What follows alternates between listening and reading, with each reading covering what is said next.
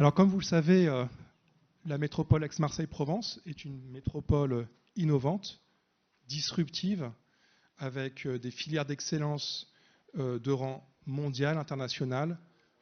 Nous avons parlé beaucoup ce matin d'énergie renouvelable, mais il y a aussi la santé numérique, la santé connectée. Nous sommes sur ce territoire dans un des fleurons européens de la santé numérique. Et d'ailleurs, ce n'est pas pour rien que Marseille a été choisi en 2023 pour Marseille et le territoire pour la création d'un biocluster dans le cadre du plan Innovation Santé 2030 lancé par l'État. Je sais que la métropole s'est beaucoup mobilisée pour ça et bravo à la métropole pour ce succès. Et je vous demande d'applaudir la métropole parce que cette levée de fonds, et vous allez nous parler de l'immunobiopole, est un vrai succès pour le territoire. Bravo à la métropole. Merci. Dans cette coopération Europe-Afrique, avec le programme dont vous allez pouvoir parler, nous avons la chance d'avoir un témoignage, le programme Provence Africa Connect. La stratégie, la feuille de route de la santé numérique intègre l'Afrique comme étant une destination prioritaire. Et Madame Emmanuelle Charaf, je vais vous tendre le micro, en tant que vice-présidente déléguée à la santé et à l'enseignement supérieur, quelles sont les priorités stratégiques de la métropole Aix-Marseille-Provence pour développer la health tech sur son territoire et comment ces initiatives, justement, on vient d'en parler, s'inscrivent-elles dans le cadre du plan national Innovation Santé 2030 ?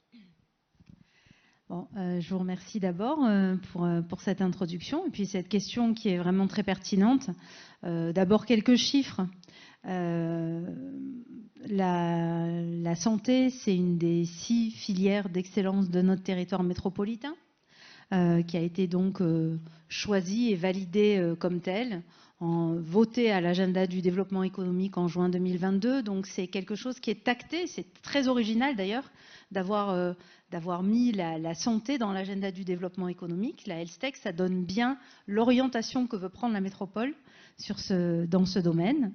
Et puis la santé, les health tech, c'est aussi un énorme pourvoyeur d'emplois sur notre territoire, ce qui est très important, avec plus de 350 établissements qui ont attrait à ceci, plus de 6 000 salariés, enfin employés, salariés, etc. Et puis des levées de fonds très importantes dans le domaine de la health tech. Et un chiffre d'affaires très important dans ce domaine. Donc c'est vraiment quelque chose qui est installé dans nos territoires et qui est inscrit à l'agenda du développement économique. Après, bien évidemment, les priorités pour nous, aujourd'hui on est à ce sommet Europe-Afrique, donc c'est bien sûr favoriser cette coopération avec nos amis africains. Je pense qu'on en discutera un peu plus en détail, mais du fait de notre position géostratégique et puis des diverses initiatives que la métropole a prises en direction de l'Afrique pour co-construire ensemble des choses.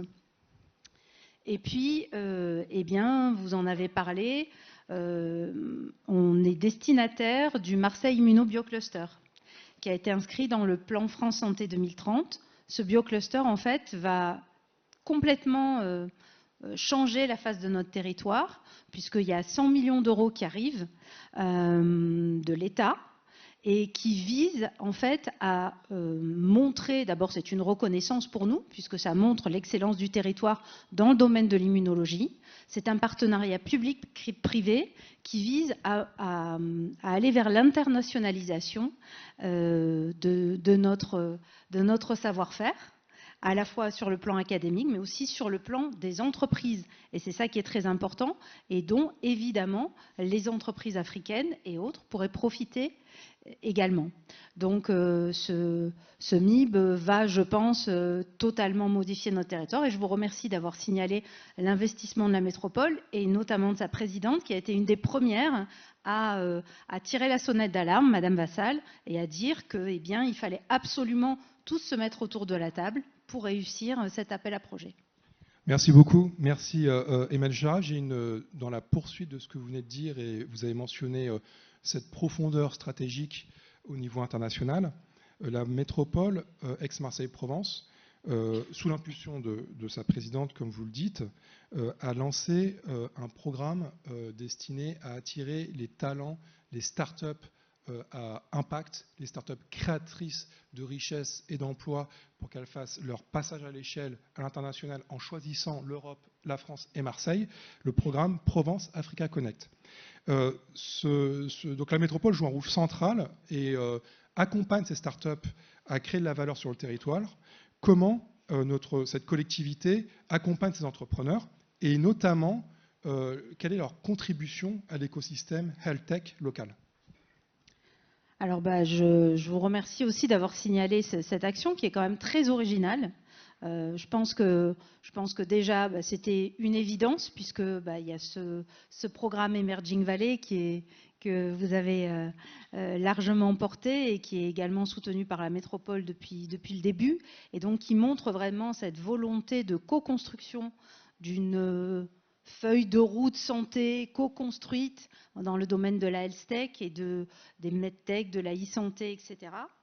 On a souvent été impressionnés. Moi, c'est, je crois, la 4e édition à laquelle j'ai la chance de participer. Moi, j'ai souvent été impressionnée par le caractère extrêmement innovant, résilient et créatif des entrepreneurs de l'autre côté de la Méditerranée. Et je pense qu'on en a un exemple à mes côtés. Je pense qu'il aura l'occasion de nous expliquer un petit peu son projet. Mais je trouve que cette offre Africa Connect, en fait, cette offre de soft landing est une incarnation de quelque chose qui existait déjà. Nous avons profité du prix européen de l'innovation e-capital pour lancer cette offre-là. Et je pense qu'il y a eu vraiment des actes de candidature. Je crois qu'il y en a eu plus de 110. Et actuellement, il y a 13 entreprises africaines, alors d'un peu partout en Afrique, de façon très très large. J'ai vu que ça allait jusqu'à l'île Maurice, donc c'est de l'Afrique assez large.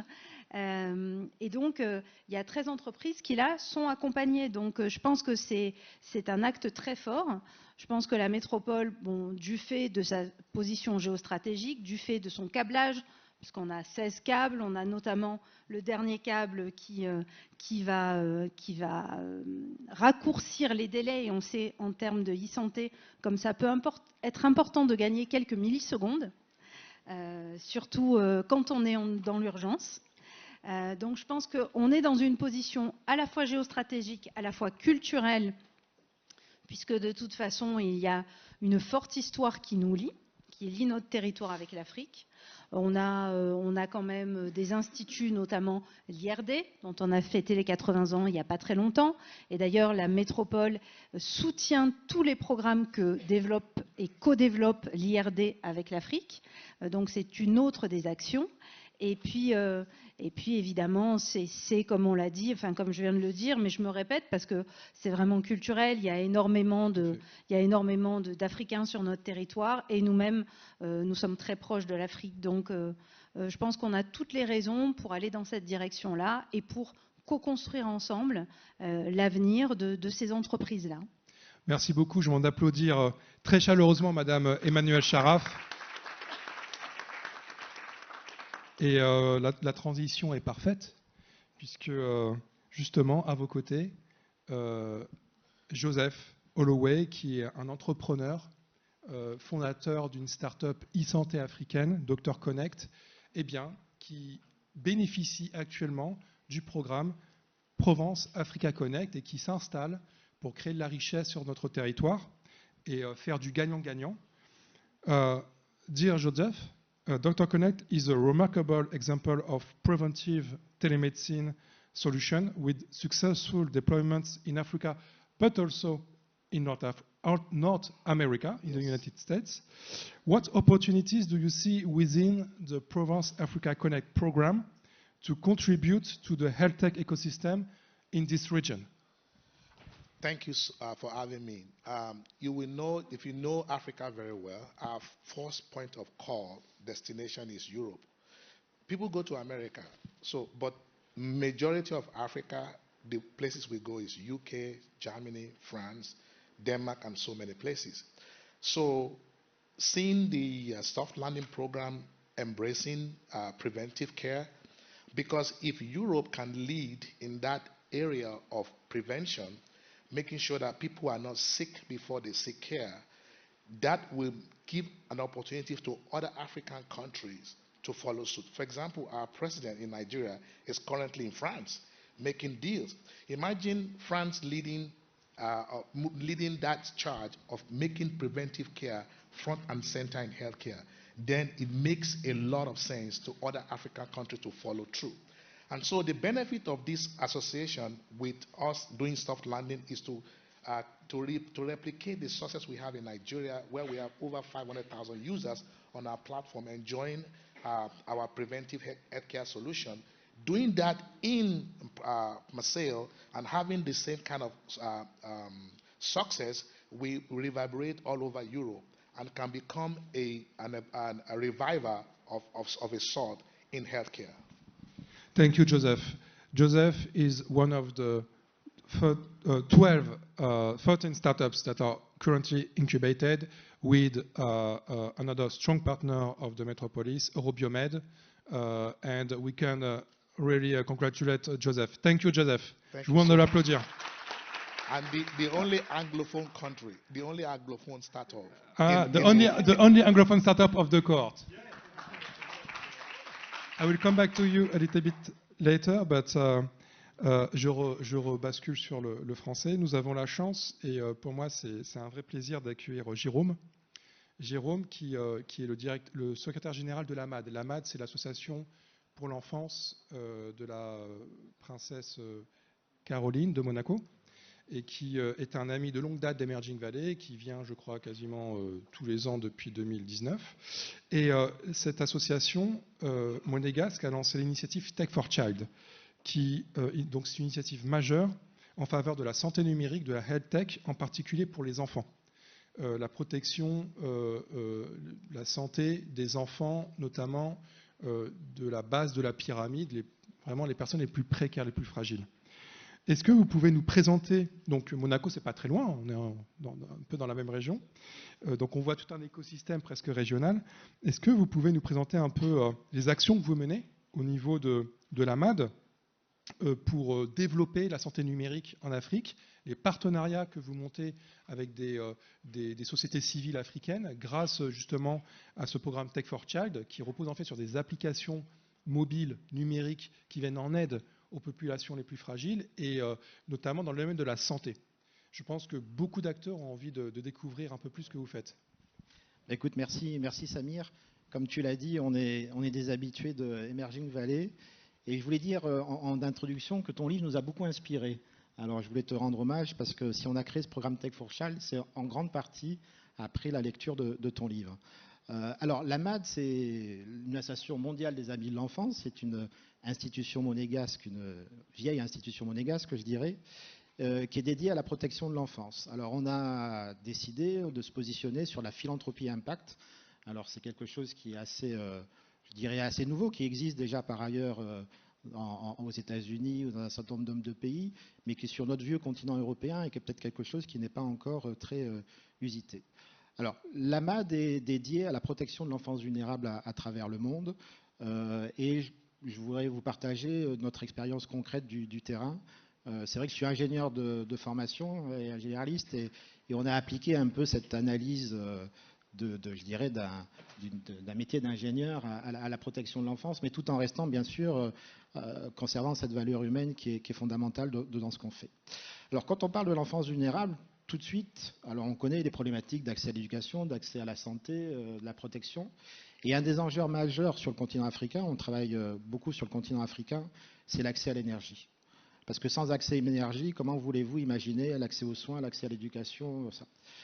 Donc, un des premiers, je dirais, programmes, on a 5 programmes qui structurent notre engagement, c'est le programme L'énergie de l'espoir. L'énergie de l'espoir a pour objectif justement de permettre l'accès à une énergie durable et de qualité à ces enfants. Il faut savoir qu'à défaut d'énergie, les enfants utilisent des lampes à pétrole. Ça, c'est la première cause d'incident et de mortalité infantile sur le continent.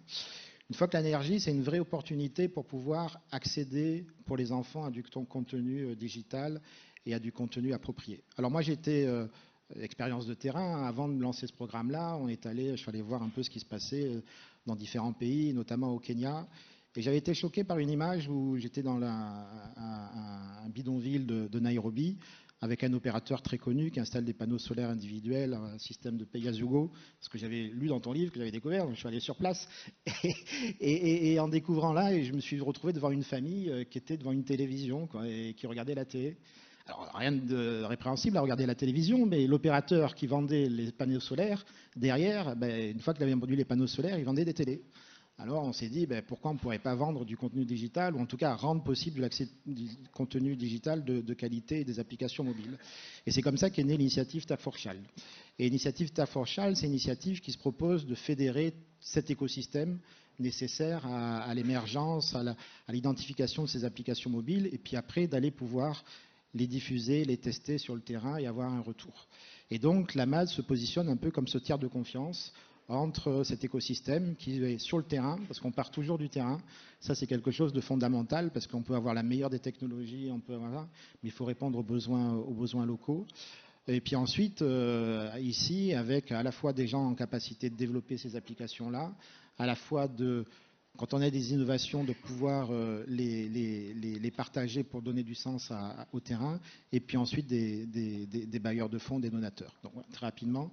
Alors sur la e-santé, on a commencé à développer des initiatives.